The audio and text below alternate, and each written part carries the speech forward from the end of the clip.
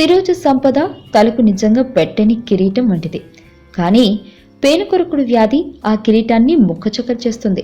వెంట్రుకలు బిల్లలుగా ఊడిపోతూ తలంతా వికృతంగా మారుతుంది. ఇది తీవ్రమైన ఆత్మాన్యూన్యత భావనకు కూడా గురిచేస్తుంది.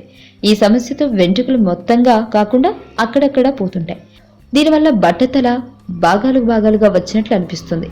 అసలు వైద్యమే లేదనుకుని చాలామంది ఆ వ్యాధి ఇంకా పెద్దదయ్యేదాకా నిర్లక్ష్యంగా ఉండిపోతారు. వాస్తవానికి ఈ సమస్యకు పలు రకాల విరుగుడు మార్గాలున్నాయి.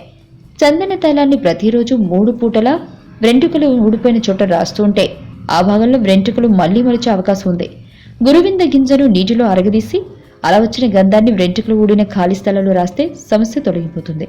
వెంట్రుకలు ఊడిపోయిన చోట మందార పువ్వుతో రోజుకు 2-3 సార్లు రుద్దితే వెంట్రుకలు మళ్లీ మొలిచే అవకాశం ఉంది. వార్తావాణి న్యూస్ ఛానల్ ఎప్పటికప్పుడు రాజకీయ, సినీ విశేషాలు, స్పోర్ట్స్ మరియు సాంకేతిక పరమైన మరెన్నో విషయాలను మన ముందుకు తెస్తుంది. మరింత సమాచారం కొరకు వార్తావాణి న్యూస్ ఛానల్ ని సబ్స్క్రైబ్ చేయండి.